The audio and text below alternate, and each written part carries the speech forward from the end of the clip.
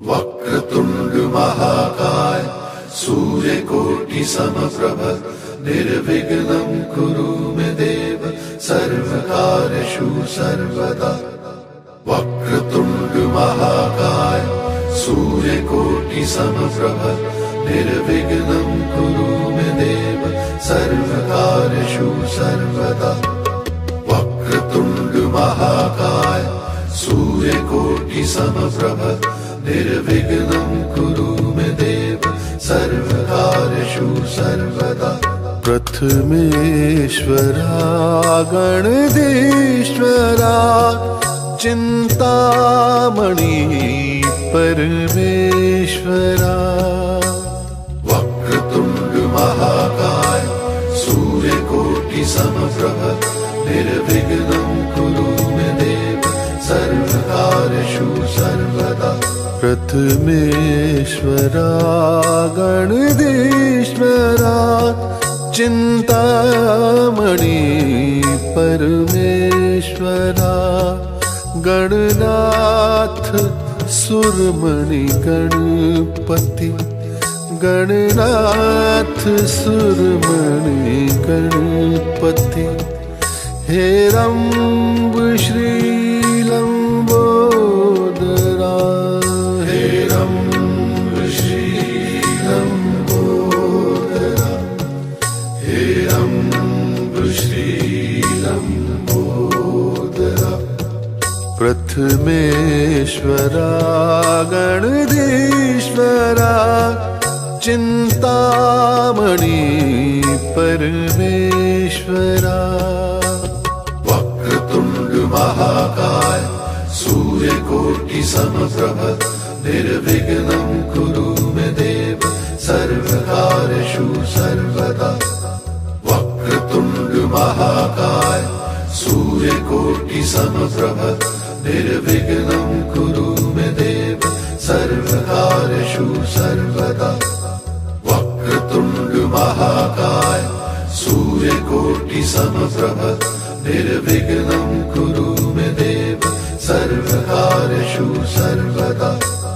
वक्रतुंड महाकाय सूर्यकोटि समप्रभ निर्विघ्नं कुरु मे देव सर्वकार्येषु सर्वदा।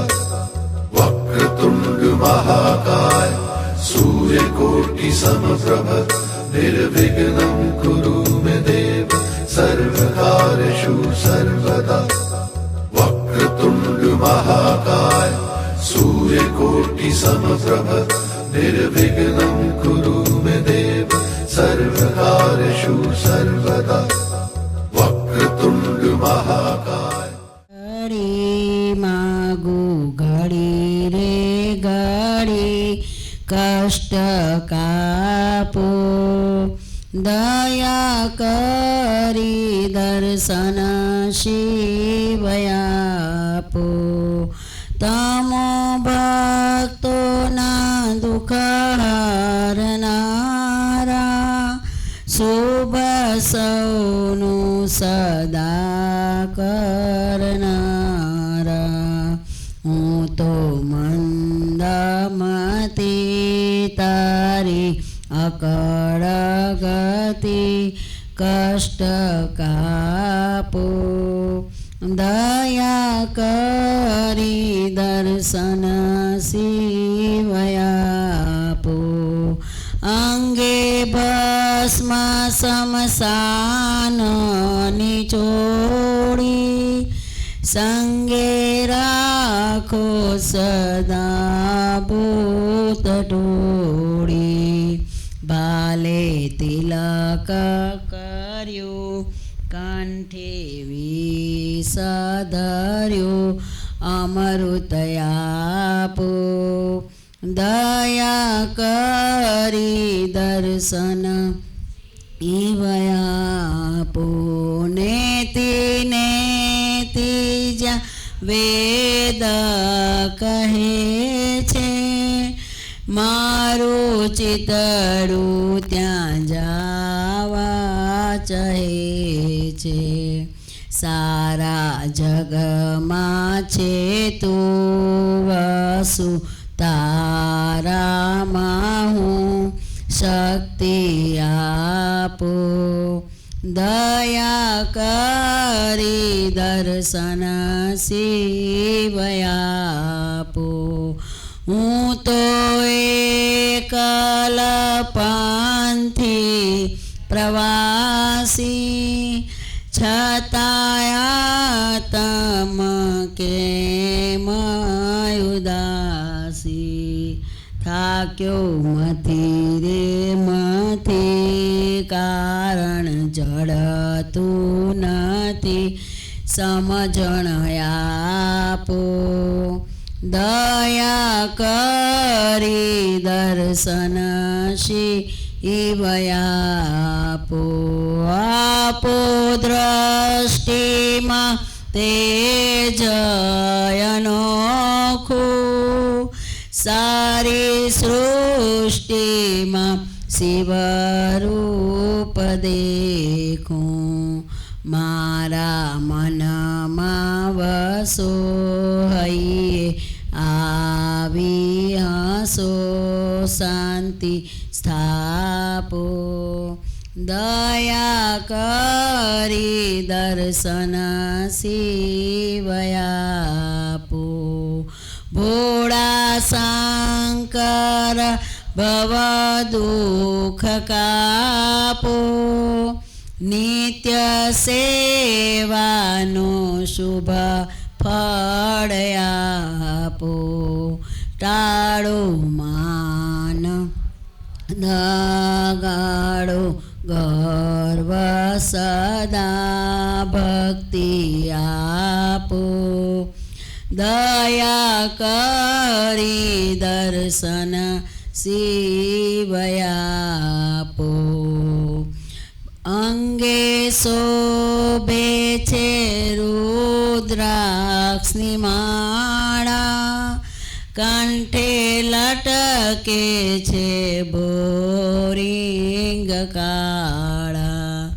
તમે ઉમૈયાપતિ અમને આપો મતી, કષ્ટ કાપો.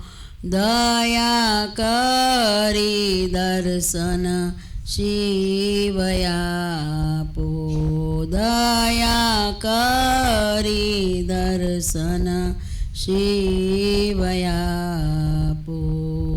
પરશેશ્વર મહાદેવ.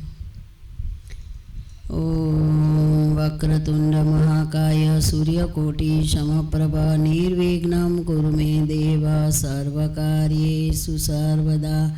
સદાશિવસમારંભાં શંકરાચાર્યમધ્યમાम् अस्मदाचार्यपर्यन्तां वन्दे गुरुपरम्पराम्. समस्तजनकल्याणे निरतं करुणामयं नमामि चिन्मयं देवं सद्गुरुं ब्रह्मविद्वरं नारायणं नमस्कृत्यं नरं चैव नरोत्तमं देवीं सरस्वतीं व्यासं ततो जयमुदीरयेत्.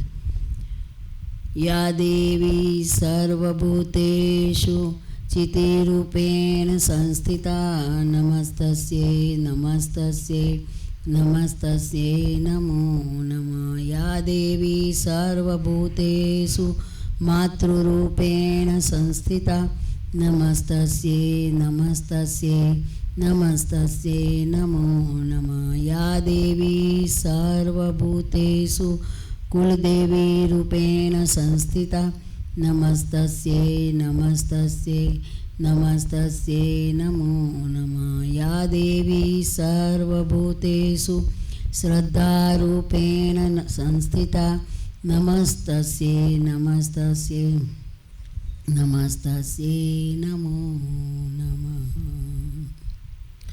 सर्वमङ्गलमाङ्गल्ये शिवे सर्वार्थसाधिके शरण्ये त्र्यम्बके गौरी नारायणी नमोस्तुते नारायणी नमोस्तुते. जय अम्बे जय अम्बे जय अम्बे जय जय अम्बे जय अम्बे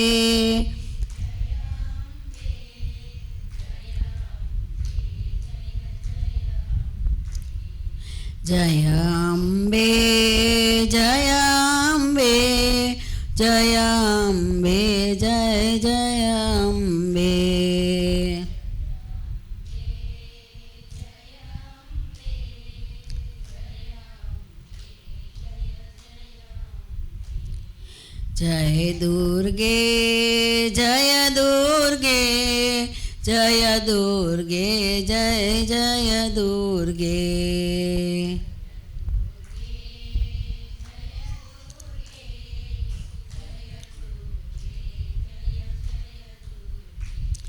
જય દુર્ગે જય દુર્ગે જય દુર્ગે જય જય દુર્ગે.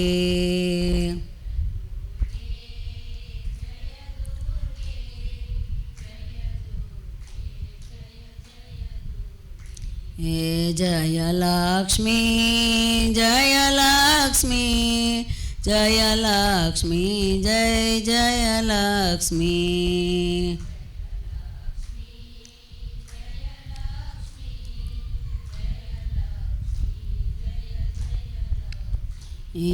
જય લક્ષ્મી જય લક્ષ્મી જય લક્ષ્મી જય જય લક્ષ્મી.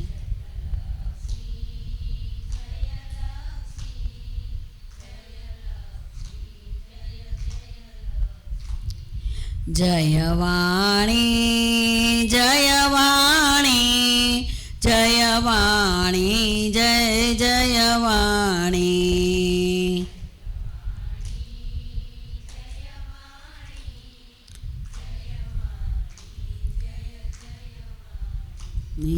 જય વાણી જય વાણી જય વાણી જય જય વાણી.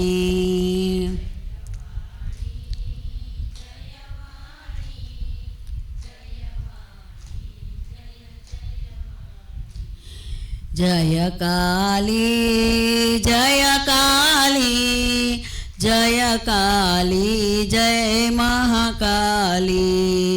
જય કાલી જય કાલી જય મહાકાલી.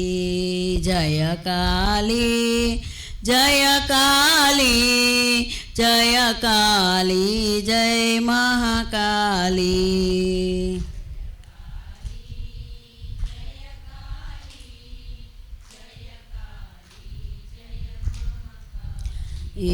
જય ભવાની જય ભવાની જય ભવાની જય જય ભવાની.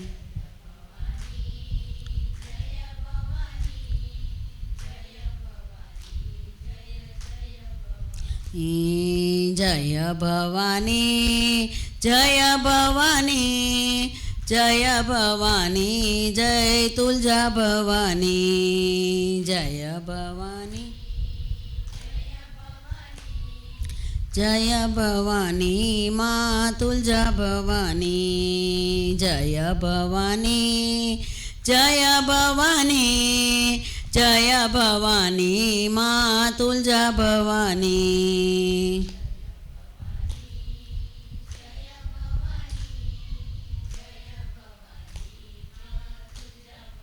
ની મા તુલજા ભવાની મા ની મા તુલજા ભવાની મા તુલજા ભવાની. બોલો તુલજા ભવાની માત કી. સિદ્ધિ વિનાયક સ્વામી કી જય. નવગ્રહ દેવ કી જય. પાર્શેશ્વર મહાદેવ કી. સદ્ગુરુનાથ મહારાજ કી જય. સત્ય સનાતન ધર્મ કી જય. સર્વ પિતૃદેવ નમઃ પાર્વતી પતયે. હર હર મહાદેવ.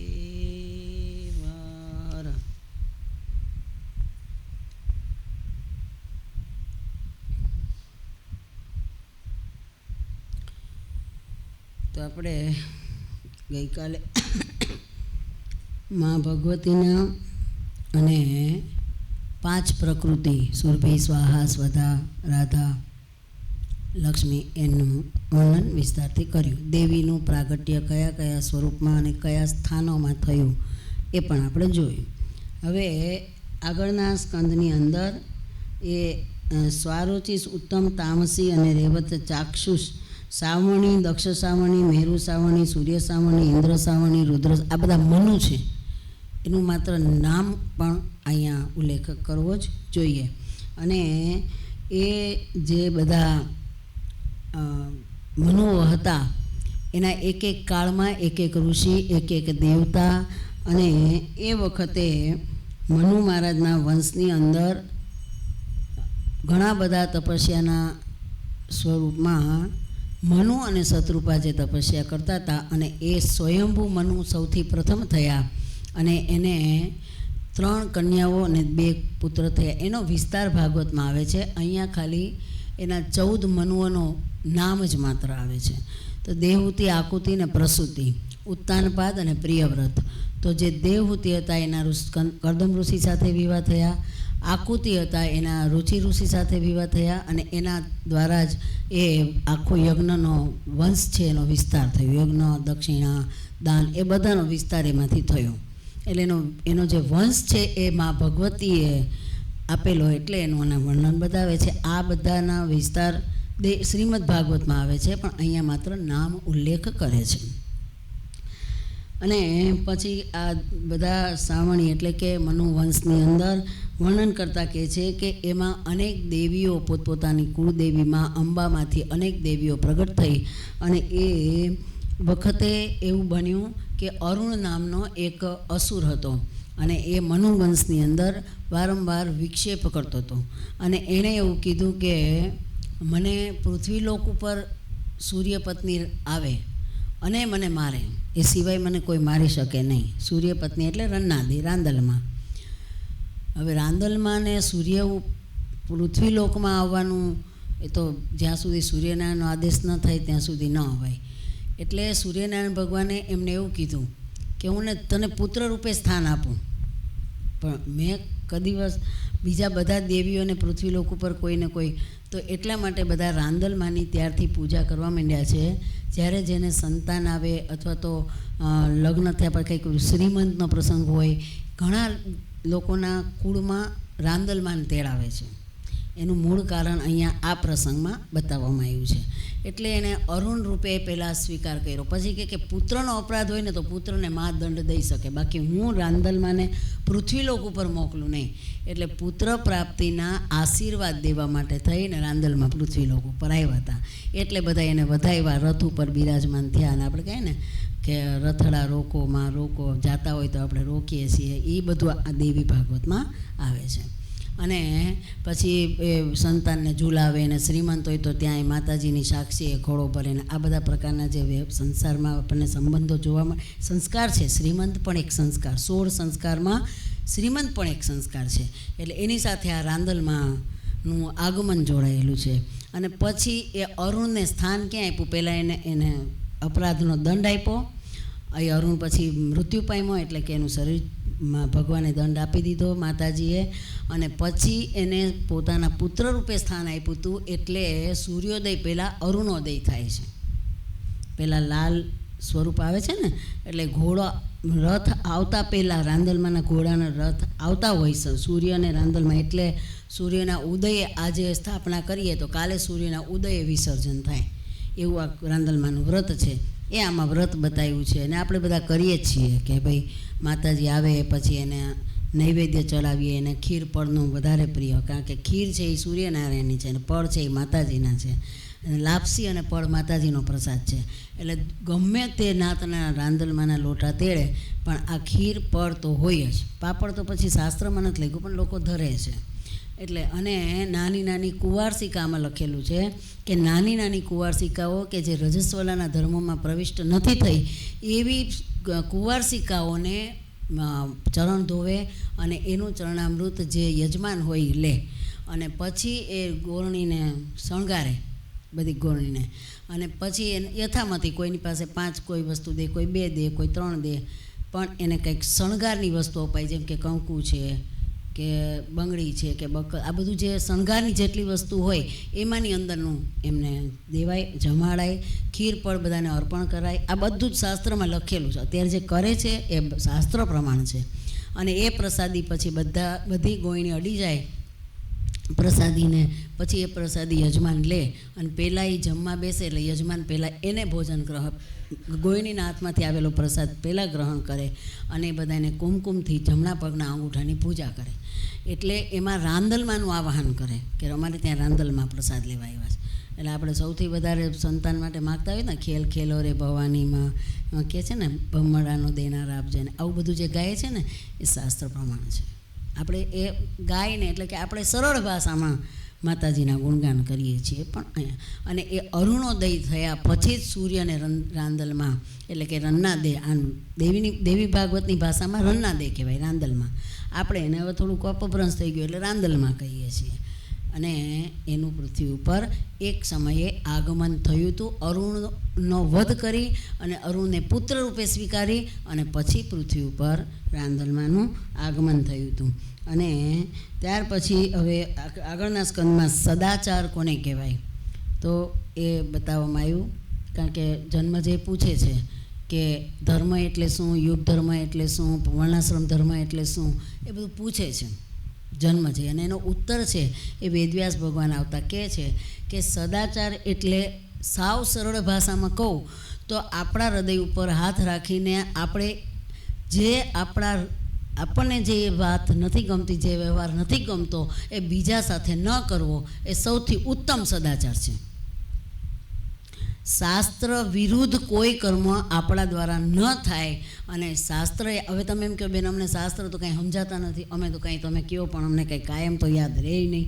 કાંઈ યાદ ન રહે તો આપણા મનને ઉદ્વેગ થાય એવો કોઈ વ્યવહાર બીજા સાથે ન કરવા આ સૌથી શ્રેષ્ઠ સદાચાર છે. અને એ જે ઉદ્વેગ થાય છે એ ધર્મ વિરુદ્ધ વાત છે એટલે થાય છે, તો એ નહીં કરવું. બસ એટલું જો આપણને સમજાઈ જાય ને તો આપણું જીવન આખું સદાચારી બની જાય. આપણને 5 માણસની વચ્ચે કોઈ કહે આપણને નથી ગમતું તો આપણે 5 માણસની વચ્ચે કોઈને ન કહેવું, બરાબર ને? નાની એવી વાત ગમે આવું કોઈ પણ દ્રષ્ટાંત લઈ લો. મેં કીધું કે આપણા મનની શાંતિ છીનવાઈ જાય એવું કર્મ કરવું નહીં. આપણા મનની શાંતિ હંમેશા શાંતિની ચાવી આપણી જ પાસે હોવી જોઈએ. કોઈ લગાડે ને આપણે ક્રોધમાં આવી જાય ને કોઈ લગાડે આપણે અશાંત થઈ જઈએ તો હજી આપણી સદાચારમાં કોઈ પ્રવેશ થયો નથી, એમ જોતા રહેવાનું આપણે. બીજું કે સદાચારનું અહીંયા એક વર્ણન એમ કર્યું છે કે આપણે ભગવાને દરેક મનુષ્યને 4 પુરુષાર્થ કરવાનો અધિકાર આપ્યો છે: ધર્મ, અર્થ, કામ અને મોક્ષ. ધર્મ એટલે કર્તવ્યને ધારણ કરી રાખવાની શક્તિ. આપણે ગૃહિણી હોય તો આપણું શું કર્તવ્ય છે? આપણે આ પૃથ્વી આ ઘરની અંદર પુરુષ છીએ તો આપણું શું કર્તવ્ય છે? તો કે ભાઈ આપણે આ ઘરના લોકો છે, પરિવારના લોકો છે, એને સંતોષકારક આપવું, જે માગે એ આપવું જોઈએ. એનું કર્તવ્ય છે. સ્ત્રીનું કર્તવ્ય શું છે કે સૌથી વધારેમાં વધારે સારી રીતે આપણા ઘરને વ્યવહારિક દ્રષ્ટિથી પાલન કરવું જોઈએ. કે ભાઈ એને જે વ્યવહારમાં એવું શું કરીએ કે જેથી કરીને આપણા ઘરના લોકોને આપણા વ્યવહારથી, આપણા આચરણથી સંતોષ મળે અને આપણે પણ શાસ્ત્ર વિરુદ્ધ કર્મ ન કરીએ. તો સ્ત્રીનો ધર્મ શું છે? તો સાધુ સંતો આવ્યા હોય, કે બ્રાહ્મણો આવ્યા હોય, કોઈ અતિથિ આવ્યા હોય, કોઈ સગાવાલા મહેમાન આવ્યા હોય તો બની શકે તો આપણા તરફથી એને સારામાં સારી સગવડતા આપવી જોઈએ. કે ભાઈ આપણે આમંત્રિત કર્યા છે ને આવ્યા છે તો એને કયા સમયે શું જોઈએ એ આપણે આપવું જોઈએ. એ આપણું ધર્મ છે. તો અર્થ એટલે શું? એ ધર્મ થયો. અર્થ એટલે શું? તો કે છે કે ધન ઉપાર્જન કરો, પણ ધન ઉપાર્જનમાં બેઈમાની નહીં કરવાની. હા, કમાઓ અને ખૂબ આનંદથી કમાઓ ને ખૂબ કમાઓ એની ના નથી. ધંધામાં કોઈ જાતનો આપણે નફો લેવાનો છે, લ્યો, કોઈ અપરાધ નથી. પણ કોઈકને દુઃખી કરીને એનું ધન છીનવી લેવાનું, એવી વૃત્તિઓનો ત્યાગ, એનું નામ છે અર્થ ઉપાર્જન શાસ્ત્ર પ્રમાણથી. પછી કામના એટલે ઈચ્છા. ઈચ્છા અનેક પ્રકારની હોય. પૂર્વના સંસ્કાર છે ઈચ્છાનું રૂપ લઈને આવે છે. હવે એ ઈચ્છા પૂરી કરવાથી મારો ધર્મ ચૂકાઈ જાય છે તો એનું પાલન નહીં કરવાનું. પણ ભગવાને પોતે પણ કીધું છે કે ધર્મ અવિરુદ્ધો કામોસ્મી ભરતર્ષભ, કે ધર્મને ધ્યાનમાં રાખીને ઈચ્છા પૂરી કર. જેમ કે મને ભાગવત કરવાની ઈચ્છા થઈ તો સારી છે તો કરો, પાલન કરો.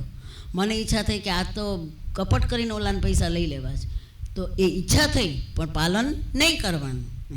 એવું કોઈ પણ અર્થ ઉપાર્જન હોય કે ધર્મનું અનુશાસન હોય, પણ એમાં ઈચ્છા ઉઠે એમાં કરવી કે પાલન કરવું કે નહીં એની સ્વતંત્રતા ભગવાને દરેક મનુષ્યને આપી છે. તો એ એના સત્કર્મ દ્વારા દિવ્ય પણ બનાવી શકે છે અને એને દુષ્કર્મી પણ બનાવે. દુસ્સંગીને સુસંગી રાખવી એ મનુષ્યની ઈચ્છાની પૂર્તિની સાથે જોડાયેલું છે. એટલે એ થઈ ગયું કામના. અને ચોથું છે મોક્ષ. એક કિનારો છે, એક તટ છે નદીનો, જીવનની યાત્રાની નદીનો ધર્મ, અને પછી પ્રવેશ કરો અને સામો કિનારો છે મોક્ષ. સામે કિનારે સહજતાથી જવું હોય તો અર્થ અને કામના આ બંનેની પૂર્તિ પોતાના કર્તવ્ય અનુસાર પાલન કરતાં કરતાં જઈએ તો એ જ ધર્મનું અનુશાસન આપણને મોક્ષ સુધી પહોંચાડશે. આપણે મોક્ષ માટે કંઈ કરવાનું નથી, મુક્ત તો આપણે છીએ જ, પણ આપણને અનુભવ કેમ નથી થતો?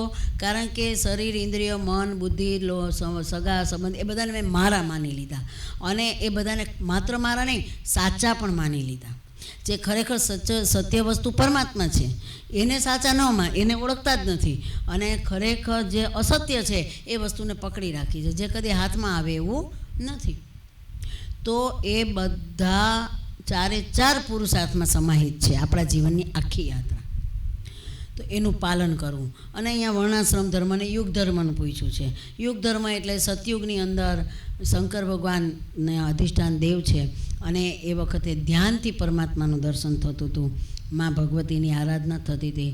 અને ત્રેતા યુગની અંદર યજ્ઞ યાગાદી સૌથી વધારે રામે યજ્ઞ કર્યા છે, અશ્વમેઘ યજ્ઞ કર્યા છે, અને દશરથ રાજાએ પુત્ર કામેષ્ટી યજ્ઞ કર્યા છે, અને બધા ઋષિમુનિઓએ પણ ખૂબ યજ્ઞ કરીને દેવતાઓને આહુતિ આપીને પ્રસન્ન કરીને પરસ્પરમ ભાવયંત તે દેવા ભાવયંત, દેવતાઓને આપણે યજ્ઞ કરી આહુતિ આપીને પ્રસન્ન કરીએ છીએ. દેવતાઓ આપણને શું કરે છે તો કે આપણા એક એક અંગમાં અને આપણા આખી આ સૃષ્ટિમાં એક એક અંગની સાથે જોડાય અને અધ્યાત્મ દેવ રૂપે આપણી સેવા કરે છે. એટલે દેવતાઓને આપણે આપીએ, દેવતાઓ આપણને આપે છે. તો એ આપણું કર્તવ્યનું પાલન છે, એ આપણે કરીએ છીએ. એ એટલા માટે અહીંયા કીધું કે ત્રેતા યુગની અંદર યજ્ઞ દ્વારા રામ ભગવાન એમાં પ્રધાન દેવ હતા અને ઋષિ વશિષ્ઠ ઋષિ હતા. તો આ રીતે, અને સત્ય યુગ જ્યારે હતો, શંકર ભગવાન હતા, ત્યારે સતાનંદ ગુરુ હતા. દરેક વખતે એક એક ઋષિ હોય અને એક એક પૂજા વિધિની પ્રધાનતા હોય, અને અન્ય અન્ય દેવતા અને મનુ મહારાજનું અનુશાસન તો હોય જ. 14 મનુ એટલે આખો એક કલ્પ, એટલે બધા યુગ આવી જાય એમાં. અને પછી આવે દ્વાપર યુગ. તો દ્વાપર યુગનો ધર્મ શું છે તો કે સૌથી વધારે કૃષ્ણ ભગવાને પૂજા કરાવી, ગોવર્ધન પૂજા વગેરે પૂજા વધારે કરાવી, એટલે પૂજા પ્રધાન યુગ હતો. કૃષ્ણ ભગવાન એના આરાધ્ય હતા, અને એમના જે ગુરુ હતા એ ઘણા બધા, આમાં તો 4-5 ગુરુનું લખ્યું છે, સતાનંદ, શૃંગી ઋષિ, વશિષ્ઠ ઋષિ, ઘણા બધા, કારણ કે બધા બંને વંશ તો ચાલતા જ હોય એટલે હતા. પણ આ કૃષ્ણના વંશજ ગુરુ ગર્ગાચાર્યજી હતા, એવું અહીંયા પ્રસિદ્ધ. બાકી અન્ય અન્ય ગુરુ હતા, પણ મુખ્ય મેં કીધું ને, દરેક વખતે એક એક ઋષિ હોય, એક એક ભગવાન હોય, અને એક એક આરાધ્ય હોય. એવી રીતે અહીંયા પૂજાથી પોતાના આરાધ્યને પ્રસન્ન કરતા હતા. ચોથો યુગ છે અત્યારે આપણે જેમાં બેઠા છીએ, કળિયુગ. તો કળિયુગની અંદર ભગવાને કીધું, એટલે કહે છે ને કળિયુગ આવ્યો તો એને મારી ન નાખ્યો. કેમ તો કે ભાઈ કળિયુગમાં પણ નામ જપનો એક આધાર, કલિયુગ નામ જપ એક આધારા. કળિયુગની અંદર માત્ર નામ જપ કરીએ તો જે સતયુગમાં ધ્યાનથી મળતું હતું, દ્વાપરમાં ત્રેતામાં જે યજ્ઞથી મળતું હતું, અને દ્વાપર યુગમાં જે પૂજાથી પરમાત્માનું દર્શન થતું હતું, આરાધ્યની અનુભૂતિ થતી હતી, એ કળિયુગમાં માત્ર નામ જપથી થઈ જશે. એવા આશીર્વાદ નારાયણ પરમાત્માએ બ્રહ્માજીને સૃષ્ટિ સર્જન કરતાં પહેલાં આપેલા હતા. તો અહીંયા જન્મજીના પ્રશ્નનો ઉત્તર આપે છે. વર્ણાશ્રમ ધર્મ બતાવે છે કે બ્રહ્મચારી હોય ને યજ્ઞ યાગાદી કરવા, ગ્રહસ્થી છે એણે પશુ યજ્ઞ, અતિથિ યજ્ઞ, ઋષિ યજ્ઞ, દેવ યજ્ઞ, એ યજ્ઞ એમને કરવા જોઈએ. અને આ બધા યજ્ઞ કરવાથી એના ધન સંપત્તિ પરમાત્માએ આપી છે એનું પણ શુદ્ધિકરણ થશે, અને એના કર્તવ્યનું પાલન પણ થઈ જશે. આ ગ્રહસ્થીનો ધર્મ કીધો. પછી આવે છે વાનપ્રસ્થ ધર્મ. વાનપ્રસ્થ ધર્મની અંદર ચિંતન પ્રધાનતા હોવી જોઈએ, નામ જપ પ્રધાનતા હોવી જોઈએ, અને સંન્યાસ ધર્મની અંદર માત્ર આત્મચિંતન. આ એક એક વાક્યમાં એનો ઉત્તર બતાવ્યો. તો આ ચારેય આશ્રમની વ્યવસ્થા બતાવી. પછી બ્રહ્મચારી, ગૃહસ્થી, વાનપ્રસ્થ, સંન્યાસ એ ચારેય વર્ણ અને 4 આશ્રમ કે બ્રહ્મચારી આશ્રમ, ગૃહસ્થ આશ્રમ, વાનપ્રસ્થ અને સંન્યાસ. અને 4 વર્ણ જે છે એ બ્રાહ્મણ, ક્ષત્રિય, વૈશ્ય અને શૂદ્ર. બ્રાહ્મણ છે એનો ધર્મ છે કે વેદ ભણવા અને વેદને ભણાવવા, દાન દેવું અને દાન લેવું.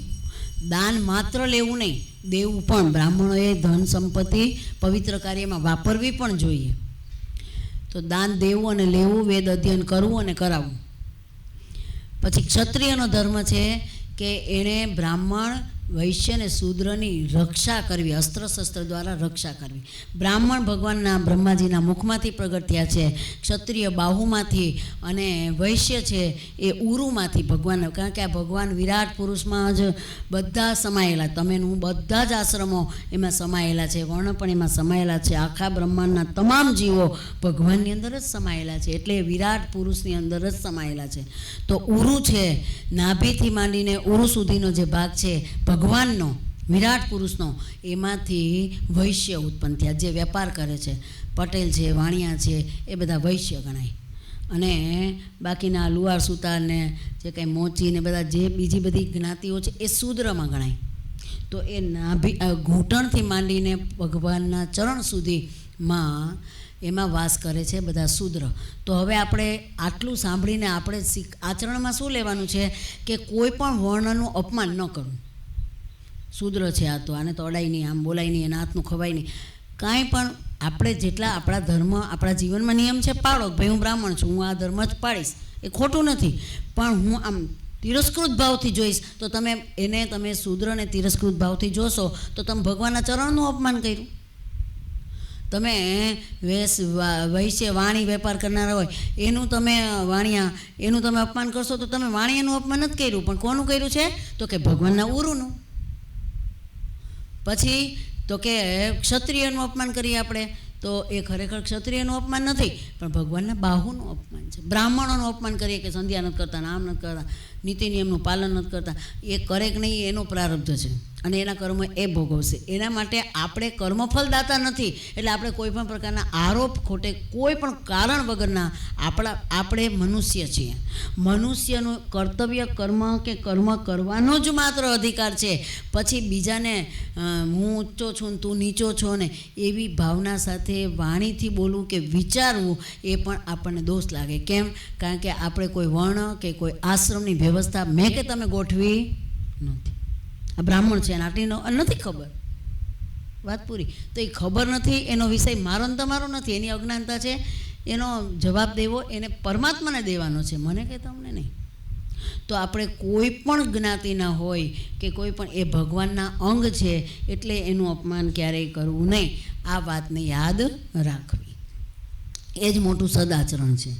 ત્યાર પછી સદાચારનું વર્ણન કરી અને આગળ ભગવાન પૂછે છે જન્મજય કે આ પૃથ્વી લોકની અંદર કેટલા પ્રકારના પ્રલય છે અને કયા યુગનો કયો પ્રભાવ છે. એટલે એમણે કીધું કે ભાઈ કળિયુગનો, સતયુગમાં તો પાપાચાર થતા હતા પણ થોડી એની નહિવતમાં થોડીક હતી વ્યવહાર કાળમાં અને આચરણમાં ઓછું દેખાતું હતું. પણ કળિયુગની અંદર એવું કહે છે કે પાપની જરાક પ્રધાનતા વધારે થઈ ગઈ છે. દરેક જીવ માત્ર આ ભગવાન કહે છે, આપણાથી ન કહેવાય. દરેક જીવ પોતાના કર્તવ્યનું પાલન, બ્રાહ્મણે ત્રિકાળ સંધ્યા કરવી જોઈએ, ક્ષત્રિય દ્વિકાળ સંધ્યા કરવી જોઈએ અને રક્ષક બની જાય, બદલાની ભક્ષક થઈ જશે. આ કળિયુગનો પ્રભાવ બતાવ્યો છે. અને રાંધેલા ધાન છે એ પડીકે વેચાશે, પાખંડીઓની પૂજા થશે અને વેદને બ્રાહ્મણો છે વેદનું પ્રચાર કરવો જોઈએ એની બદલાનું વેદનું વેચાણ કરશે. એ બધું આ યુગનો પ્રભાવ બતાવ્યો છે. અને જે કહે છે ને કે જે આ પૃથ્વીલોકમાં કહેવામાં આવ્યું હતું કે ગાય છે એ પશુ નથી, માતા છે, તો એનું વધારેમાં વધારે અપમાન થશે. એટલે આવા અને જે સાચા અર્થમાં સાધુ સંત હશે, જે ભગવાનનું ભજન કરતા હશે, એને વિક્ષેપ કરનારા જાજા હશે. આવા પ્રકારનું સાધનામાં કોઈને કોઈ રૂપથી વિક્ષેપ કરાવનાર આ કળિયુગનો પ્રભાવ વિશેષ પ્રમાણથી દેખાશે. આ યુગનો વર્ણન કર્યું. પણ આ તો બધા દોષ બતાવ્યા. હવે એનો એક મહાન ગુણ છે. શું ગુણ છે? તો કે કળિયુગમાં જપ કરીને આ બધા દોષનું નિવારણ થઈ જાય છે. એટલે ભગવાન છે ને કોઈ પણ ઘણા બધા પ્રકારના દોષ ક્યારેક દેખાડે, પણ એ દોષની પાછળ ઘણા બધા પ્રકારના નિવારણ પણ બતાવેલા જ હોય છે. દોષ થઈ ગયો છે પણ હવે એમાંથી બહાર કેમ નીકળવું? એટલે કળિયુગમાં ગમે તે પ્રકારના અપરાધ થઈ ગયા હોય, હવે અનન્ય ભાવથી હું પરમાત્માને સમર્પિત છું, પરમાત્મા પ્રત્યે મારો ભરોસો છે અને મારી એક નિષ્ઠા છે, એક આસ, એક વિશ્વાસ, ભરોસો, નિશ્ચિંતતા મારા જીવનમાં આવી ગઈ છે. હું ભગવાનનો છું.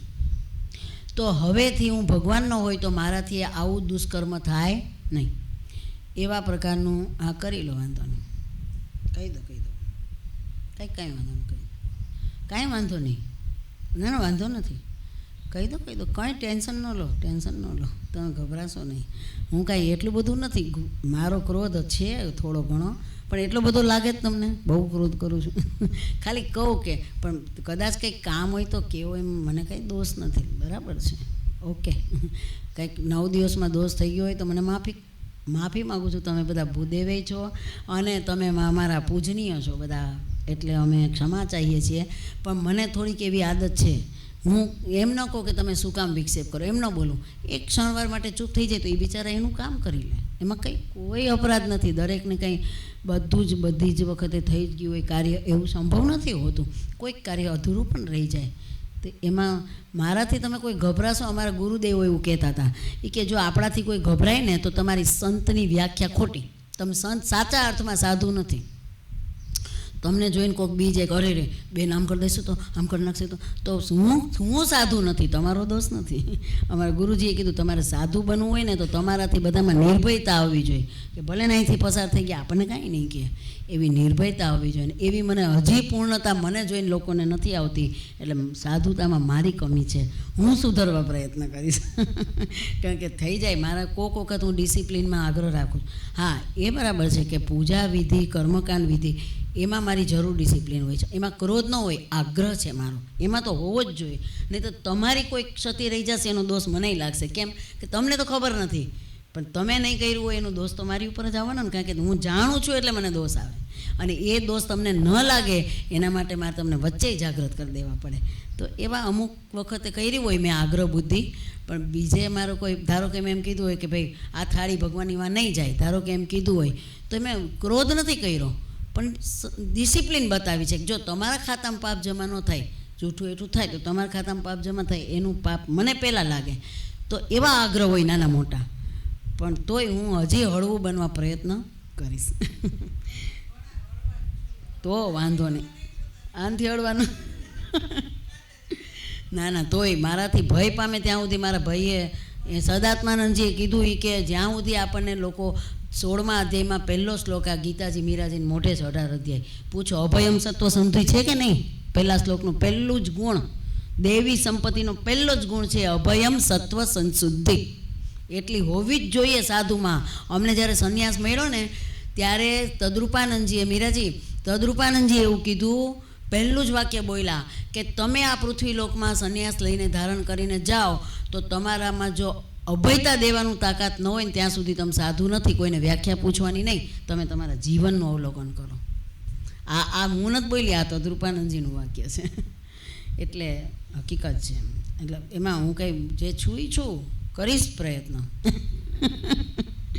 એટલે હવે આપણે અહીંયા જે બતાવે છે તો અહીંયા કહે છે કે ભૂત સુધી એટલે શું?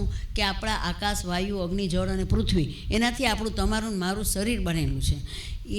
એ જે બનેલું છે ને એમાં ઘણી વખત અશુદ્ધિ આવી જાય. એટલા માટે આપણે જ્યારે કર્મકાંડની વિધિ કરીએ ને ત્યારે 5 મહાભૂતને શુદ્ધ કરવા માટે વિધિ કરીએ છીએ. પહેલી શુદ્ધિ કરીએ જ ને અશુદ્ધિઓને દૂર કરવા. તો આના પણ આની અંદર મંત્ર બતાવ્યા છે. હવે આ જે કળિયુગનો પ્રભાવ જે હતો એ બતાવી દીધો, અને એમાં જે કાંઈ, અને આપણે બધું અનુભવીએ છીએ. 7 વર્ષની કન્યા છે, ગર્ભધારણ કરશે, અને દીકરીના ઘરનું માતા પિતા ભોજન કરશે, અને વધારેમાં વધારે લોભ વૃત્તિ હશે, અલ્પ આયુથી લોકોનું મૃત્યુ થશે, અનેક પ્રકારના ક્લેશોથી પરેશાન હશે. પણ જો જપ કરતા હશે એ ઉગરી જશે. એને કષ્ટ આવે ખરા, પણ જેમ કહેવાય ને કે ઉપરથી તલવારનો ઘા થયો, પણ તમારા સુધી પહોંચતા એ તલવાર બાજુમાંથી સરકીને સહેજ અડાડીને જતી રહેશે. એટલે તલવારનો ઘા સોયથી પતી જાય જો પ્રભુનું સ્મરણ કરશે તો. આ કળિયુગનો પ્રભાવ પણ બતાવ્યો અને કળિયુગમાંથી શાંતિ મેળવવાનો ઉપાય પણ ભગવાને આપણને બતાવ્યો.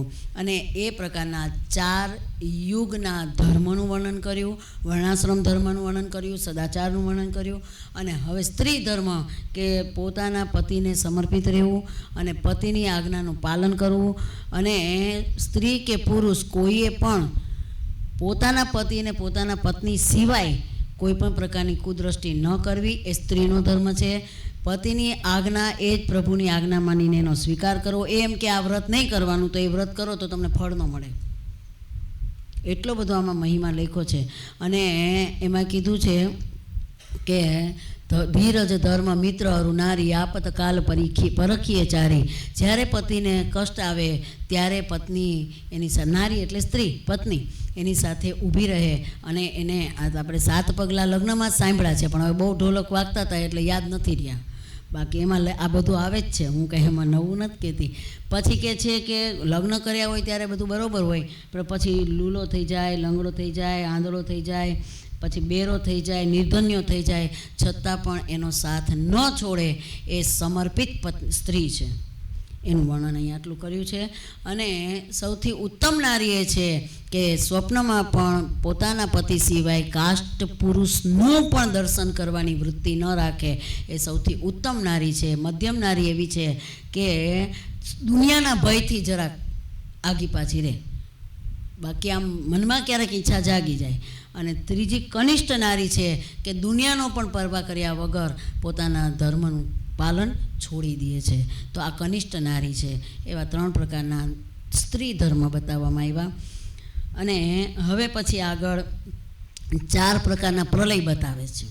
4 પ્રકારના પ્રલયમાં એક છે મહાપ્રલય. મહાપ્રલય એટલે શું કે જ્યારે આખા બ્રહ્માંડને આ પૃથ્વીલોક ઉપર આપણે 80% પાણી છે ને 20%માં આપણે બધા રહીએ છીએ, એ બધું જ માત્ર પાણી થઈ જાય, મહાપ્રલય. અને પ્રકૃતિ પ્રલય એટલે જેમ કે આ ભૂકંપ આવે, કોરોના આવે, આવી નાની બીમારીઓ મોટી બીમારીઓમાં 5-25 લોકોનું 15-20% ભારત વર્ષનું મૃત્યુ થાય, એને પ્રાકૃતિક પ્રલય કહેવાય. પ્રકૃતિમાં ક્ષોભ આવ્યો. પ્રકૃતિ એટલે પાણીનો જે પ્રવાહ નહીં, એકદમ પ્રચંડ વેગથી પાણી આવે તો બધા તણાઈ જાય, એમ સુનામી ભૂકંપ આવે. તો આ બધા જ પ્રકારના એને પ્રાકૃતિક પ્રલય કહેવાય. ત્રીજો છે નિત્ય પ્રલય. નિત્ય પ્રલય એટલે રોજ આપણે રાત્રે સૂઈએ છીએ, સવારે રોજ ઉઠીએ છીએ. આ એ જ આપણે છીએ કે આપણું નાનું આવડું એક સ્વરૂપ હતું. કે દિવસે કઈ તારીખે ને કયા વારે આપણે બાળકમાંથી યુવાનથી આપણને ખબર નથી. યુવાનમાંથી કહે હું એમ કહું તમે લે યુવાન હતા ને વૃદ્ધ કેદી થઈ ગયા, કઈ તારીખે કયા વારે, તો એનો કોઈ જન્મદિવસ મનાવે, પણ આનો કોઈ જન્મદિવસ નથી. કેમ? નિત્ય પ્રલયમાં મનુષ્યના હાથમાં નથી, પ્રભુના હાથમાં છે. એટલે રાત્રે સૂઈએ ને સવારે ઉઠીએ ને એમાં કેટલાય સેલો અંદર મરી જતા હોય ને કેટલાય શરીરો ઉત્પન્ન થતા હોય. એ સેલોની ઉત્પત્તિ અને નાશ એ જ નિત્ય પ્રલય છે. એટલે દરેક જીવને થાય. કોઈક રાત્રે સૂતું તો સૂતું, ઉઠ્યું નહીં તો એ મહાપ્રલયમાં વયું ગયું, અને ઉઠી ગયું તો નિત્ય પ્રલયમાં છે. પ્રલય એટલે નાશ. ને આ જેટલી ઉત્પત્તિ છે એની એક ગતિ નાશની પણ છે, એનો ક્રમ છે. અને ચોથો પ્રલય છે આત્યંતિક પ્રલય. આત્યંતિક પ્રલય એટલે આ દેહમાં રહીને તત્વના પ્રત્યે જાગૃત થઈ જાય, સ્વરૂપ પ્રત્યે પ્રતિષ્ઠિત થઈ જઈએ તો દેહનું, ઇન્દ્રિયનું, મનનું, બુદ્ધિનું, સગા સ્નેહનું બધા સંબંધોમાં આપણું મન ઉપર ઉઠી જાય કે આ હું નથી. તો એ આ શરીરમાં રહીને જ જે જીવન મુક્તિનો આનંદ લે છે એનો આત્યંતિક પ્રલય પોતે જ જોઈ શકે છે. બધા ઇન્દ્રિયો વેપાર કરે, સંબંધો સાથે વેપાર કરે, પણ આ સંબંધ હું નથી, વાસ્તવિક નથી, આવું સ્પષ્ટ જ્ઞાન થઈ જાય એને આત્યંતિક પ્રલય કહેવાય. આ 4 પ્રકારના પ્રલય બતાવ્યા. અને પછી અહીંયા ગાયત્રી પુરસ્ચરણ બતાવવામાં આવ્યા. અને એમાં એવું હોય છે કે એ મંત્ર તમે ગમે ત્યાં ન બોલી શકો. છેલ્લું પ્રકરણ દેવી ભાગવતનું ગમે ત્યાં ન બોલી શકો. એના માટે દેશ, કાળ અને શુદ્ધિકરણ આ બધું જરૂરી છે. નાયા વગર ગાયત્રી મંત્ર ન બોલાય. 24 એના અક્ષર છે. બ્રાહ્મણ હોય એને 3 વખત ઓમ બોલવાનું, અને ક્ષત્રિય હોય એણે 2 વખત ઓમ ભૂર્ભુવઃ સ્વઃ ઓમ તત્સવિતુર્વરેણ્યમ ભર્ગો દેવસ્ય ધીમહિ ધિયો યો ન પ્રચોદયાત ઓમ એવું બ્રાહ્મણે બોલવાનું. એટલે બધાના એક મંત્રની ક્રમ બતાવ્યો છે. ક્ષત્રિય હોય એને 2 વખત, વૈશ્ય હોય એને 1 વખત ઓમ બોલવાનો, અને શૂદ્રએ ઓમ જ નહીં બોલવાનું અને ગાયત્રી મંત્ર કરવાનો, એવું અહીંયા વર્ણન કરવામાં આવે છે. અને એના પુરસ્ચરણ હોય 24 વર્ષ તમે એક અનુષ્ઠાન પૂરું કરો, કારણ કે એના અક્ષર છે ને એટલા વર્ષ, ત્યારે એક પુરસ્ચરણ ગણાય. એવી રીતે જેટલા પુરસ્ચરણ થાય એટલા 24 વર્ષના તો 1 પુરસ્ચરણ થયું, 2 પુરસ્ચરણ. એટલે મેં કીધું ને એમાં દેશ કાળ શુદ્ધિ, મંત્ર શુદ્ધિ આ બધું જ હોવું જરૂરી છે. પડીકી ખાતા ખાતા હવનમાં આહુતિ ન અપાય. મોઢામાં પડીકી હોય ને આપણે આહુતિ આપીએ તો એ આહુતિનો ભગવાન સ્વીકાર કરે નહીં. તો તમે ભસ્મમાં આહુતિ અગ્નિ વગર નાખો છો, એનું કોઈ પુણ્ય મળે નહીં. એટલે જ્યારે આપણે યજ્ઞમાં બેસીએ ત્યારે આપણું મોઢું સાફ કરીને બેસવાનું. ખાતા હોય બધા, પણ જ્યારે બેસીએ ત્યારે મોઢું સાફ કરીને બેસવાનું, નહીં તો આપણે આ મંત્ર બોલવાનો પણ આપણો અધિકાર નથી. એટલે અહીંયા અનુષ્ઠાન વિધિ બતાવી ગાયત્રીની. અને સંપૂર્ણ ધર્મોને જાણનારા, વેદને જાણનારા મા ભગવતી જે વિદ્યા પ્રાપ્તિ પણ કરાવે છે, અનુષ્ઠાન પણ બ્રાહ્મણો દ્વારા સંકલ્પ કરાવીને જો કરવામાં આવે તો ઉત્તમ જીવ ઉત્તમ ગતિને પ્રાપ્ત થાય છે. પોતાના કોઈ પણ કુળદેવી હોય એનું પણ એને દર્શન થાય છે જે ગાયત્રીના પુરસ્ચરણ કરે છે. ગાયત્રીનું બહુ મહિમા બતાવવામાં આવ્યો છે. એના છંદ છે, એને ગાયત્રી છંદમાં જે ઉચ્ચારણ વિધિ છે એ રીતે શુદ્ધ ઉચ્ચારણ કરીને, ભલે હું કહું 11 જ વખત રોજ બોલીએ, પણ શુદ્ધ ઉચ્ચારણ કરી. એનું કેવું છે, ઓમ ભૂર્ભુવઃ સ્વઃ તત્સવિતુર્વરેણ્યમ ભર્ગો દેવસ્ય ધીમહિ ધિયો યો નઃ પ્રચોદયાત. 2 અનુસ્વાર છે, એટલે આ રીતે આ ને ઉપર લઈને પછી પાછું નીચે તમ આવવાનું છે. એટલે આમ ઉચ્ચારણ શુદ્ધિ સાથે બહુ લક્ષમાં રાખવું પડે તો એનો ફળ નિશ્ચિત રૂપથી મળે છે. અને માતાજીના સ્વરૂપનામાં બતાવવામાં આવ્યા છે, પણ આપણે બધા નામ તો નહીં લઈ શકીએ. નારાયણ ભગવાને કીધું છે કે ભાઈ થોડા નામ તો તમારે ન લઈએ ત્યાં સુધી આ દેવી ભાગવત પૂર્ણ થતું નથી.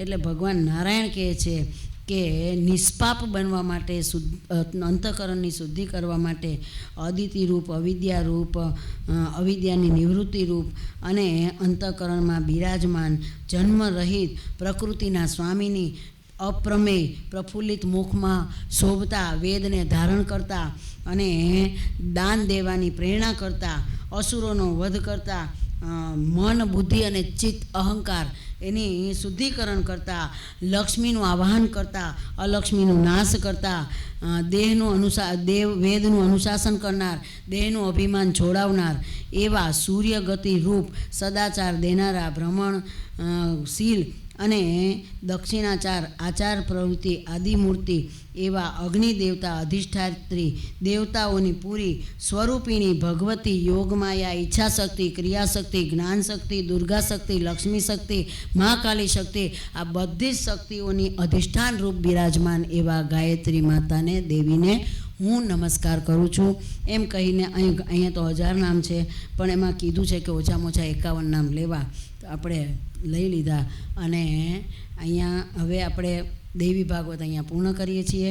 અને આમાં કોઈ પણ પ્રકારની ક્ષતિ રહી ગઈ હોય તો આપણે બધા આંખો બંધ કરી, કારણ કે આપણે શરીર છે, કોઈકવાર બુદ્ધિથી, કોઈકવાર મનથી, કોઈકવાર ઊભા થઈને આપણા આસનની ભંગ કર્યો હોય, તો આ બધા જ પ્રકારની ક્ષતિઓમાંથી નિવૃત્તિ મળે છે આંખો બંધ કરીને.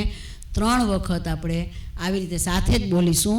અને હરયે નમઃ બોલવાનું. હરયે નમઃ એટલે શું કે મારા શરીરથી, વાણીથી કે મનથી કોઈ પણ પ્રકારની ક્ષતિ રહી ગઈ હોય તો હે મા ભગવતી મને ક્ષમા કરજો.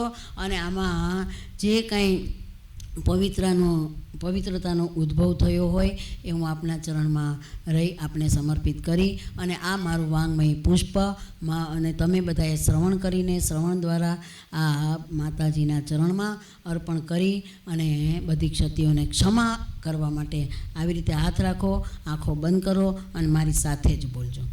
ઓમ હરયે નમઃ, ઓમ હરયે નમઃ, ઓમ હરયે નમઃ. અચ્યુતમ શ્રી કૃષ્ણ દામોદરમ શ્રીમા વાસુદેવમ હરિમ શ્રીધરમ માધવમ શ્રી ગોપિકા વલ્લભમ શ્રી જાનકી નાયકમ શ્રી રામચંદ્રમ ભજે શ્રી જાનકી નાયકમ શ્રી રામચંદ્રમ ભજે કાયેન વાચા મનસે. અત્યારે દુર્ગા સપ્તશતીનો હું ને મીરાજીને પાઠ બોલશું અને એક એક શ્લોકની આહુતિ આપશું. એટલે અહીંયાથી પહેલાં આપણે આ થાળ કરી આરતી કરી અને પછી સીધી ધજા ચડાવવાની છે. એટલે બધા સામે આપણે પગથિયા ઉતરી અને સામે બધાએ પહેલાં જઈને ઊભા રહેવાનું 5 મિનિટ અને ત્યાં ઉપર ધજા ચડશે. ધજા ચડી જાય એટલે તમારું ક્રમશઃ થાય, જો બધું એ ઉતરી જાય પછી આપણે એ ધજા ચડાવનારા ચડાવી દઈએ, પછી આપણે આહુતિ આપશું. બરાબર, આ રીતનો ક્રમ છે. એટલે હું અત્યારે તમે શાંતિથી આમ પછી હું એક એકને ગોતવા જાઉં તો ન મેળ પડે, એટલે હું અત્યારે કહી દઉં છું. અને આનંદ આવ્યો તમને બધાને 9 દિવસ અને ભગવાનની સરસ મજાની મા ભગવતીની આરાધના થઈ. મને ભાગવત કે કોઈ ગ્રંથ પૂરો થાય ન ગમે, એવું થાય કે આવું નિરંતર ચાલતું જ રહે. એટલે વાંગમય પુષ્પ માના ચરણમાં અર્પણ કરું છું. માં મારી કોઈ ક્ષતિ રહી ગઈ હોય તો મને ક્ષમા કરજો. અને આનંદ આવ્યો તમારા નામથી હે માં, આ બધાને ભગવાન સત્કર્મના માર્ગે વાળે અને દુષ્કર્મથી બચાવે એવી મારી પ્રાર્થના છે. નિરોગી રાખે એ બહુ જરૂરી છે અત્યારના યુગ પ્રમાણે. તો હું અહીંયા વિરમું છું, મારું કર્તવ્ય હવે પૂરું થાય છે. હવે અહીંયા તમે આવી જાઓ અને થાળ જમાડી દો અને પછી આપણે આરતી કરીએ. ચાલો દીપેશભાઈને આવી જાઓ. જમવા વેલાયાવો ભવાનીમાં, જમવાયાવો જમવા,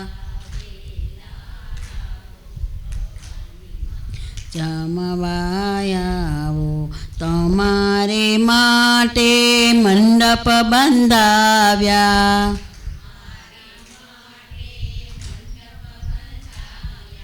નવ નવ ચંડી પાઠના હવન કરાવ્યા, નવ નવ ચંડી પાઠના હવન કરાવ્યા, મારી રે શેરીઓમાં ફૂલડા વેરાવ્યા. એ ધીમો મહાત્મા છેલ્લે ક્યાં બસ દગો દેશ. જમવાને વેલા જમવાને આવો, જમવા વેલા આવો ભવાનીમાં, જમવા ઓ આસો પાલવના તોરણ બંધાવ્યા,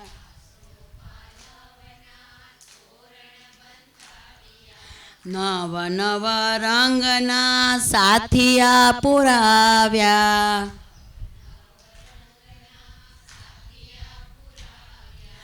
અવનવી રંગોળી પુરાવી આંગણે,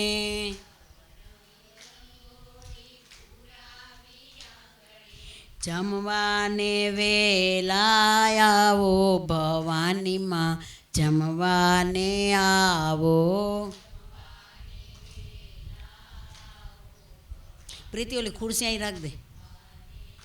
ઓ સોળે શણગાર મારી સજીને આવજો,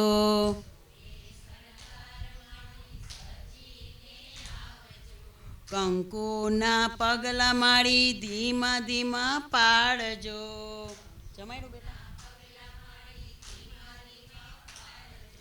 કુકડે ચડીને તમે આવો મારી માવડી,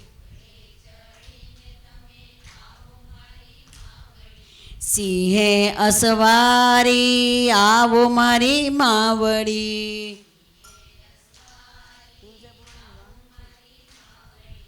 જમવાને વેલા આવો અંબે માં, જમવાને આવો.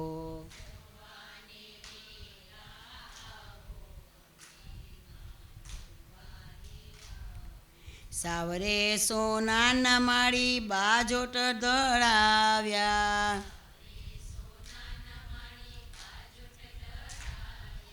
આ ભલા ભરેલા માળી આસન બિછાવ્યા,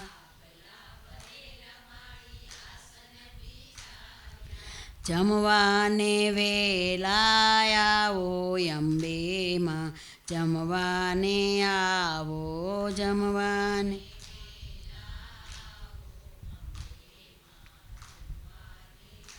ઓ જળ રે જમનાજીની જારી ભરી લાવી,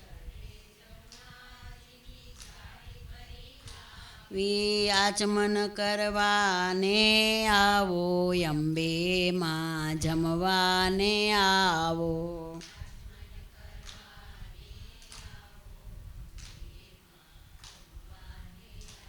ઓ લવિંગ સોપારીને પાનના બીડલા,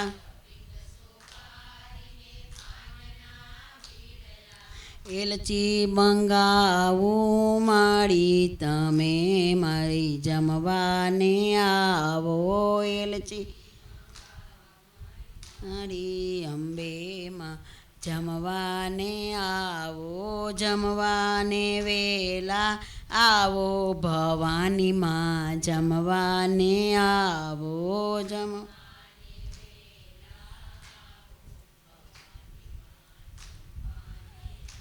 બોલો અંબે માત કી જય, તુલજા ભવાની માત. ચલો આરતી પ્રગટાવો. ક્યાં ગયો અમારો અનિકેત? બેટા પંખો બંધ કરી દે. જય આદ્યા શક્તિ માં, જય આદ્યા શક્તિ, અખંડ બ્રહ્માંડની પાવ્યા, અખંડ બ્રહ્માંડની પાવ્યા, પડવે પ્રગટ થયા. ઓમ જય ઓમ જય ઓમ. બે માં દ્વિતીયા બે સ્વરૂપ શિવ શક્તિ જાણું માં, બ્રહ્મા ગણપતિ ગાવું, બ્રહ્મા ગણપતિ ગા, હર ગાવું હરમાં. ઓમ જય ઓમ જય ઓમ માં જગદંબે માં દ્વિતીયા બે સ્વરૂપ શિવ બેઠા માં ત્રિભુવનમાં બેઠા, દયા થકી તરવેણી દયા તમે તરવેણી માં. ઓમ જય ઓમ જય ઓમ માં જગત માં ચોથે ચતુરા માં લક્ષ્મી માં, સચરાચર વ્યાપ્યા સચરાચર વ્યાપ્યા, ચાર ભુજા ચૌદીસા ચાર ભુજ પ્રગટ્યા દક્ષિણમાં. ઓમ જય ઓમ જય ઓમ માં જગદા એમાં પાંચમે પાંચ ઋષિ, પાંચમી ગુણ પદ્મામાં, પાંચ સહસ્ર ત્યાસો એ પાંચ સહસ્ર ત્યાસો, પંચે તત્વોમાં. ઓમ જય ઓમ જય ઓમ માં જગદંબે. ષષ્ઠી તું નારાયણી મહિષાસુર માર્યો માં. અહીંયા તો એક વાત કહું, નર નારીના રૂપે, નર નારીના રૂપે, અહીંયા કામ છે માં. ઓમ જય ઓમ જય. આ માઇક નીચે જશે લેવાનું છે. સપ્ત પાતાળ સંધ્યા સાવિત્રી માં, સંધ્યા સાવિત્રી, ગૌ ગંગા ગાયત્રી, ગૌ ગંગા. જય ઓમ જય ઓમ માં જગદંબે માં. અષ્ટભુજાઈ આનંદા માઈ આનંદા, સુનિવર મુનિવર જનમ્યા, સુનિવર મુનિવર જનમ્યા, દેવ દૈત્યોમાં. ઓમ જય ઓમ જય ઓમ માં. એમાં નવકુળ નાગ સેવે નવ દુર્ગામાં, નવરાત્રિના પૂજન શિવરાત્રિના અર્ચન કીધા હર બ્રહ્મા. ઓમ જય ઓમ જય ઓમ માં જગદંબે માં. દસ અવતાર જય વિજયા દશમી માં, રામે રામ રમાડ્યા, રામે રામ રમાડ, રાવણ રોડ્યો માં. ઓમ જય ઓમ જય ઓમ માં. જગદંબેમાં એકાદશી 11 કાત્યાયનિકામાં કામ દુર્ગા કાલિકા કામ દુર્ગા શ્યામા ને રામા ઓમ જય ઓમ સે બાળા રૂપ બહુચરી અંબા બટુક ભૈરવ સોઈએ કાળ ભૈરવ એ તારા છે તુજમાં ઓમ જય ઓમ માં તુલજા રૂપ તમે તારુણી માતા માં વિષ્ણુ સદા શિવ સદા શિવ તારા ગાતા ઓમ જય માં જગદંબે રૂપ ચંડી ચામુંડા ભાવ ભક્તિ કઈ આપો ચતુરાઈ કઈ આપો સિંહવાઈની માતા ઓમ જય ઓમ કુંભ ભર્યો સાંભળજો કરુણામાં વશિષ્ઠ દેવે વખાણ્યા મારકંડ મુનિએ વખાણ્યા ગાઈ શુભ કવિતા ઓમ જય જગદંબે માં સંવંત 1657 1622 માં 1622 સંવંત 16 પ્રગટ્યા સંવંત 16 રેવાને તીરે માં ગંગાને એ ઓમ જય માં જગદંબે માં અવટી નગરીમાં રૂપાવટી નગરીમાં 16 સહસ્ર ત્યાં સોઈએ એ ક્ષમા કરો ગૌરી માં દયા કરો ગૌરી ઓમ જય માં અંબે માં એક સ્વરૂપ અંતરન માયંતર નવધરસો ભોળા ભવાનીને ભજતા ભોળા અંબે મને ભજતા ભવસાગર તરસો ઓમ જય જગદંબે માં શિવ શક્તિની આરતી જે ભાવે ગાશે ભણે શિવાનંદ સ્વામી સુખ સંપત્તિ થાશે હર કૈલાસે જાશે મા અંબા દુઃખ હરશે ઓમ જય કર્પૂર ગૌરમ કરુણાવતારમ સંસાર સારમ ભુજગેન્દ્રહારમ સદા વસંતમ હૃદયારવિંદે ભવમ ભવાની સહિતમ નમામિ મંગલમ ભગવાન વિષ્ણુ મંગલમ ગરુડધ્વજ મંગલમ પુંડરીકાક્ષ મંગલાય તનોહરિ સર્વમંગલમાંગલ્યે શિવે સર્વાર્થ સાધિકે શરણ્યે ત્રંબકે ગૌરી નારાયણી નમોસ્તુતે બોલો તુલજા ભવાની માં બધાને આરતી આપી દો. આરતી છે ને હવે તમે બધા બેસી જાઓ, તમને બેઠા આપશે આરતી. મીરા માતાજી 2 મિનિટ બોલી લે એટલે આપણે વિસર્જન કરી દઈએ. આરતી તમે દઈ દો ભગવાનને અને પછી બેસી જાઓ. બધા પોતાના સ્થાનને 2 મિનિટ ગ્રહણ કરો. મીરા માતાજી પ્રવચન કરે. બોલાવો ગિરીશ ક્યાં? ગિરીશ આ માઇક આપી દે બેટા. લો કઈ એ અનિકેતા લઈ લઈને નીચે આવી જાય એવું છે. યુનિટીમાં બોલજો. અંબા નારાયણી નારાયણી નારાયણી અંબા નારાયણી માનું ભજન કરો તો ભવતારાયણી માનું ભજન માનું ભજન કરો તો ભવતારાયણી માનું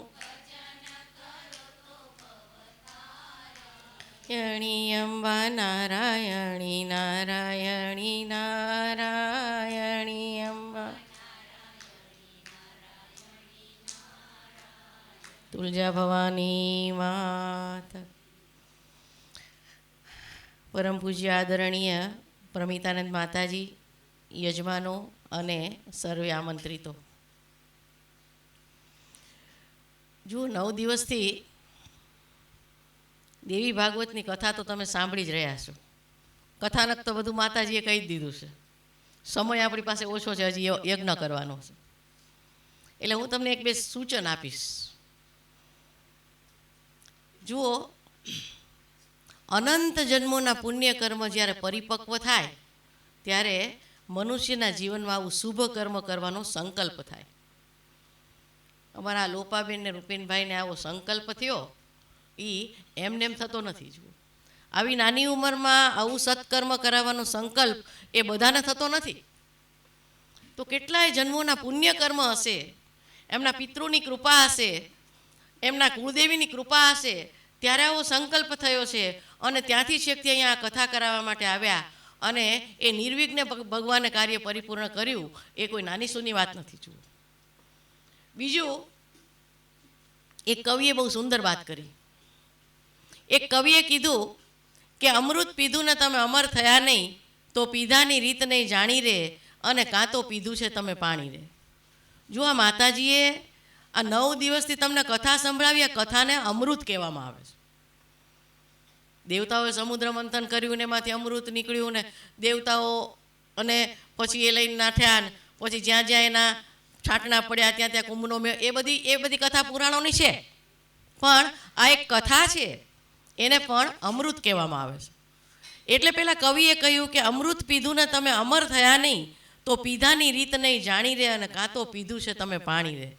એટલે કથારૂપી અમૃતનું પાન કર્યા પછી, જુઓ, અમર થવું એટલે શું?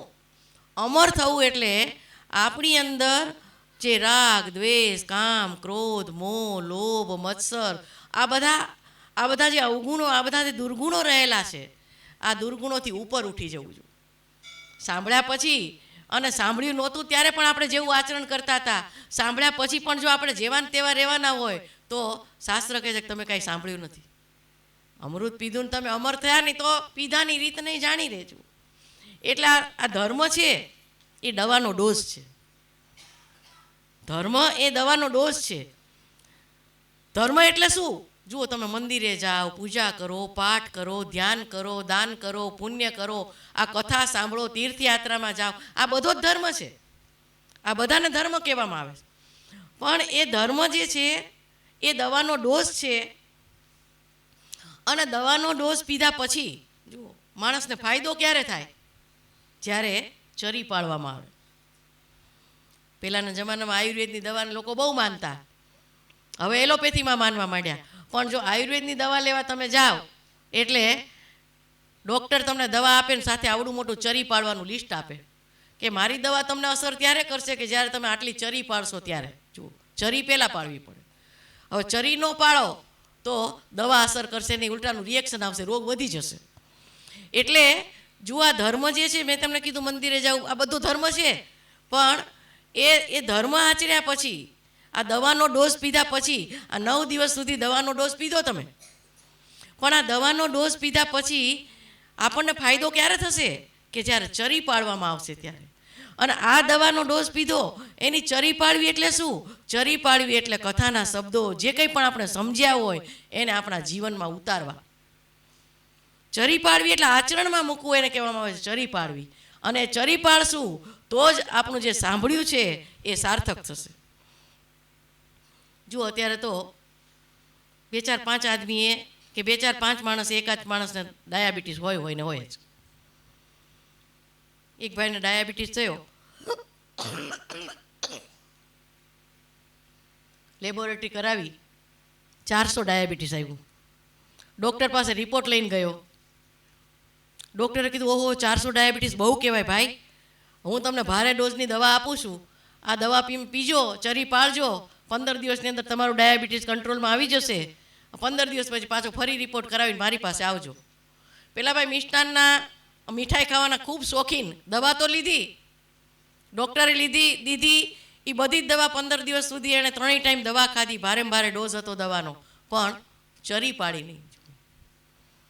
કારણ કે મિષ્ટાન ખાવાનો શોખીન, રોજ સવાર સાંજ બધું મિષ્ટાન ખાધે રાખ્યું, દવાઈ ખાધે રાખી. 15 દિવસ પછી ફરી પાછી એને લેબોરેટરી કરાવી તો જે 400 ડાયાબિટીસ આવેલું હતું એ ઓછું થવું જોઈએ, એની બદલે 400નું 500 થઈ ગયું. જુઓ તો રિએક્શન આવી ગયું. શા માટે રિએક્શન આવ્યું? રોગ કેમ વધી ગયો, વકરી ગયો? કારણ કે એને ચરી પાડી નહીં. જુઓ, એટલે શાસ્ત્ર આપણને એમ કહે છે કે તમે થોડું જાણો, બહુ બધું જાણવાની જરૂર નથી, થોડું જાણો, પણ જેટલું જાણો એટલું તમે જીવનમાં પાળો એટલે એટલું જીવનમાં આચરણમાં મૂકો. એટલે જુઓ, આ ધર્મ એ દવાનો ડોઝ, આ ડોઝ પીધા પછી તમે જે કંઈ પણ સાંભળ્યું છે થોડું ઘણું પણ એને આચરણમાં લાવવાની કોશિશ કરશો તો તમે આ જે કંઈ પણ ખર્ચો કર્યો છે, જે સમયનો ભોગ આપ્યો છે, જે આ માતાજીએ કથા તમને સંભળાવી છે, આ બધું જ જીવનની અંદર સાર્થક બની જાય. એટલા માટે એવું જીવનની અંદર આચરણ કરજો, એવી જીવન પદ્ધતિ અપનાવજો. અને એના માટે ભગવાન, આપણી પાસે સમય નથી, 2 મિનિટનો સમય જ માતાજીએ કીધો છે, એટલે જો એના માટે ભગવાન તમને ખૂબ નિરોગી રાખે, સ્વસ્થ રાખે, તમારા દ્વારા આવા નવા ખૂબ સારા કાર્યો કરાવ્યા કરે, તમારા પરિવારને ભગવાન ખૂબ સુખી રાખે. અને આવી પરમાર્થની યાત્રામાં, જુઓ, આ પરમાર્થની યાત્રામાં જીવનનું લક્ષ્ય જે છે એ જીવનના લક્ષ્ય સુધી ભગવાન તમને બધાને પહોંચાડી દે અને મનુષ્યનો જન્મ અને જીવન તમારું ભગવાન સાર્થક કરી દે, એવી માં તમારા કુળદેવીને પ્રાર્થના કરી અને હું વિરમું છું. હરિ ઓમ. ऋषिरुवाच शक्रादया सुरगणानिहतेति वीर्ये तस्मिन् दुरात्मनि सुरारिबले च देव्या तां तुष्टभू प्रणतिनम्रशिरोधरां सा वाग्विप्रहर्षकुलकोद्गमचारुदेहा देव्यायया कथमिदं जगदात्मशाक्या निशेषदेवगणशक्तिसमूहमूर्त्या कामम्बिकामखिलदेवमहर्षिपूज्यं भक्त्यानतास्मविदधातु शुभानि साना यस्या प्रभावमतुलं भगवाननन्दो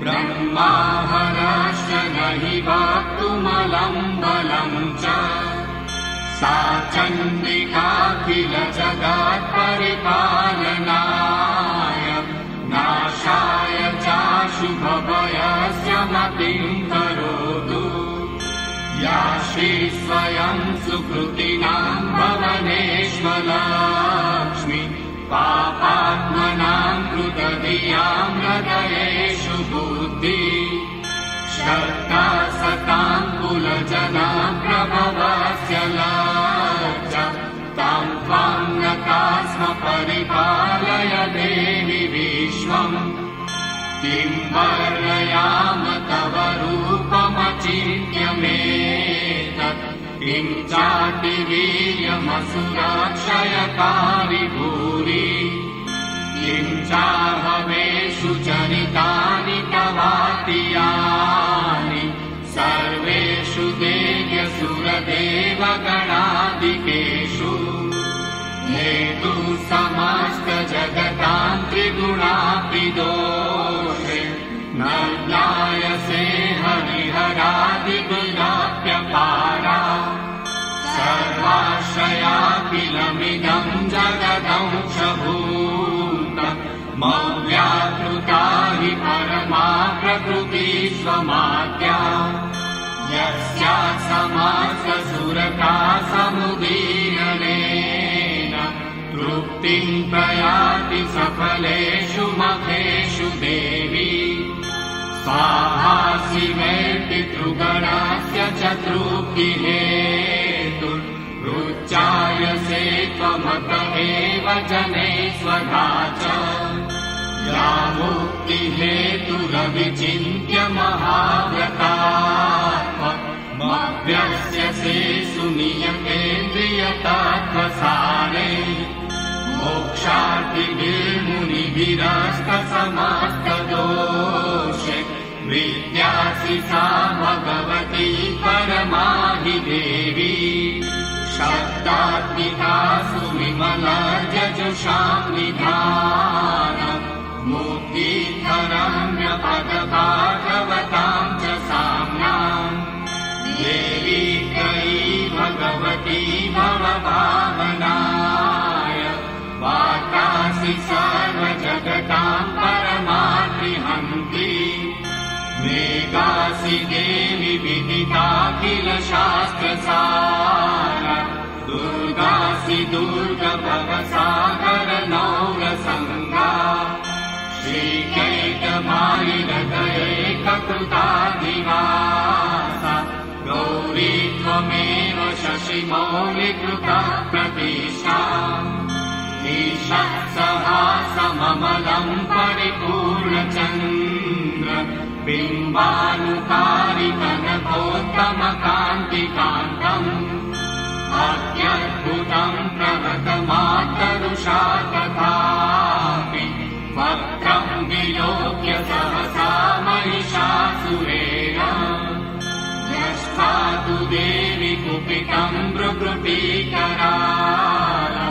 मुद्रच्च शान्तसदृशश्च वियन्त्य सद्य प्राणान्मुमोच महिषास्तगतीव चित्रम् कैर्जीव्यते हि कुपितान्तकदर्शनेन देवी प्रसीद परमा भवती भवाय सद्यो विनाशयसि को भवती कुलानि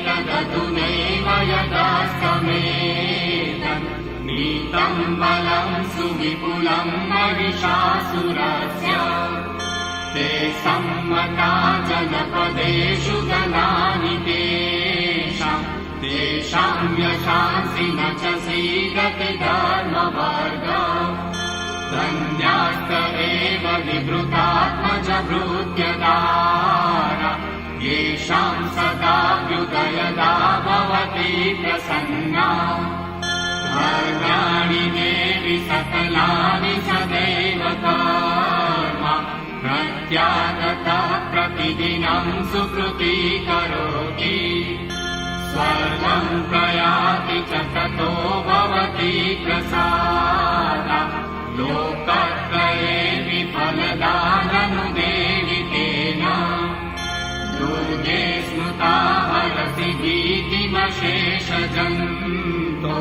स्वस्ते स्मृता मतिमतीव शुभां ददासि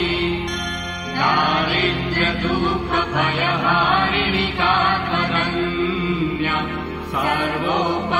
सर्वोपकारकरणाय सदार्धचित्ता देवीहते जगदुपैति मुखं तथैते कुर्वन्तु नाम नरकाय चिराय पापम् सङ्ग्राममृत्युमधिगम्य दिवं प्रयान्तु मत्वेति नूनमहितान् विनिहंसि देवी दृष्ट्वैव किं न भवति प्रकरोति भास्मम् सर्वासुरानरिषु यत्र हिरोषि शस्त्रम् लोकान् प्रयान्तु ऋतवोऽपि शस्त्रपूता इत्थं मतिर्भवति तेष्वहितेषु साध्वी खड्गप्रभानि करविस्फुरणैस्तथोग्रे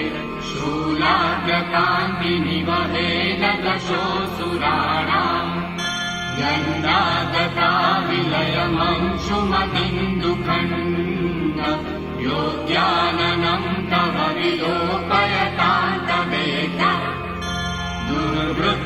दुर्वृत्तवृत्तशमनं तव देवि शीलम् रूपं तथैतदविचिन्त्यमतुल्यमन्ये वीर्यं चरन्तु ऋतदेव पराक्रमाय वैरिष्वपि प्रकटितैव दयात्मयेकम् केनोपमा भवतु तेस्य पराक्रमास्य रूपं च शत्रुभयकारतिहारिपुत्र चित्ते कृप समरनिष्ठुरता च द्रष्टा त्वय्येव देवि वरदे भुवनात्रयेऽपि त्रैलोक्यमेतदखिलं रिपुनाशनेन प्रातं त्वया समरमूर्धनितेऽपि हत्वा नीता दिवं